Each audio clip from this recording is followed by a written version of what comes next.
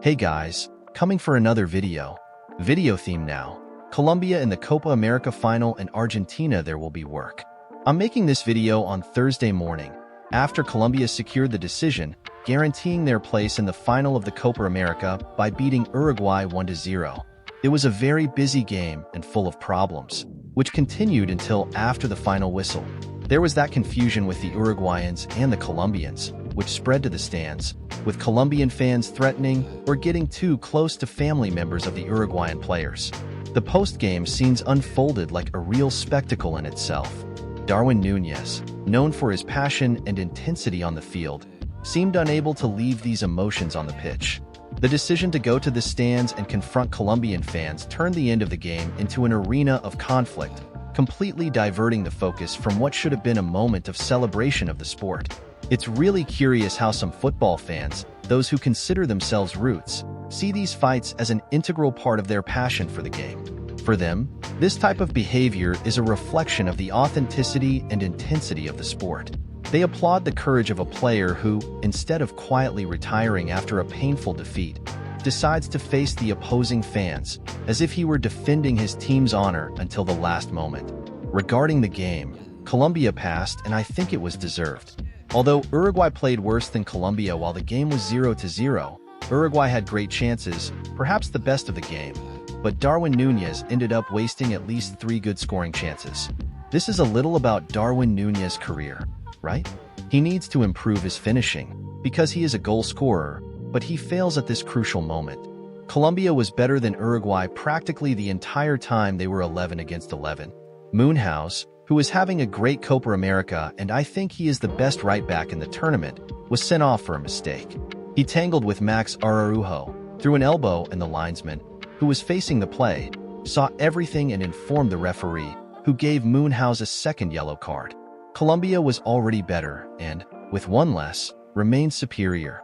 It made it 1-0 in the final stretch of the first half with a cross from James, which resulted in a headed goal. In the second half, even with one less player, Colombia was more effective than Uruguay. Only after Suarez entered the game did Uruguay create some good chances. Colombia was, without a doubt, the best team in the Copa America, just as Spain was in the Euros. Colombia goes into the decision against Argentina with high confidence. James, the tournament's best player, with 1 goal and 6 assists in 5 games, is playing too much. On the other side, there is the world champion, Argentina, who has been playing without using much force. The Argentine team, under the command of Lionel Scaloni, has demonstrated a confidence and maturity that allows them to manage games with a certain level of tranquility, without exposing themselves too much and without needing to use their maximum potential. This was evident throughout the Copa America, where Argentina advanced from stage to stage with a controlled and strategic stance. However, Colombia is no ordinary opponent. The Colombian team, in addition to being physically imposing, is extremely well organized tactically. Under the leadership of Nestor Lorenzo, Colombia have impressed with a 28-game unbeaten run, a remarkable feat that reflects the consistency and quality of the coach's work.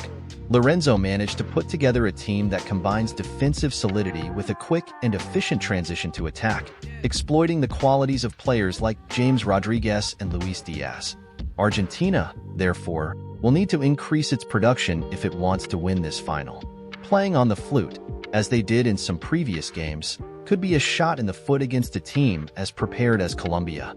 The final will require Argentina to perform more intensely, play sharper, and, possibly, strategically adapt to neutralize the opponent's strengths. Furthermore, Colombian confidence is on the rise. James Rodriguez, with 1 goal and 6 assists in 5 games, has been one of the tournament's standouts, demonstrating why he is considered one of the best players in the competition. His vision of the game and precision on set pieces have been fundamental to Colombia's campaign. Even with all the favoritism that Argentina carries, Colombia has all the tools to demand a higher level of play from the Argentines. The pressure will be great, especially considering that Colombian fans are expected to show up en masse at the stadium, creating a favorable environment for their team. For Argentina, stretching the rope means using all available resources, both individual and collective. Lionel Messi, always a decisive factor, will have to be at his best, as will his teammates. The Argentine defense will need to be solid to contain Colombia's quick attacks, while the midfield will have to control the pace of the game and avoid losing possession in dangerous areas. Anyway, the final promises to be an intense duel, with Colombia forcing Argentina to show their full potential. If Argentina can elevate its game and overcome the Colombian challenge, it will reaffirm its status as a world football powerhouse. Otherwise, we could see Colombia crown a brilliant campaign with the Copa America title. And you? What do you think? Who is the favorite? Colombia or Argentina? Leave it below in the comments. And don't forget the ritual.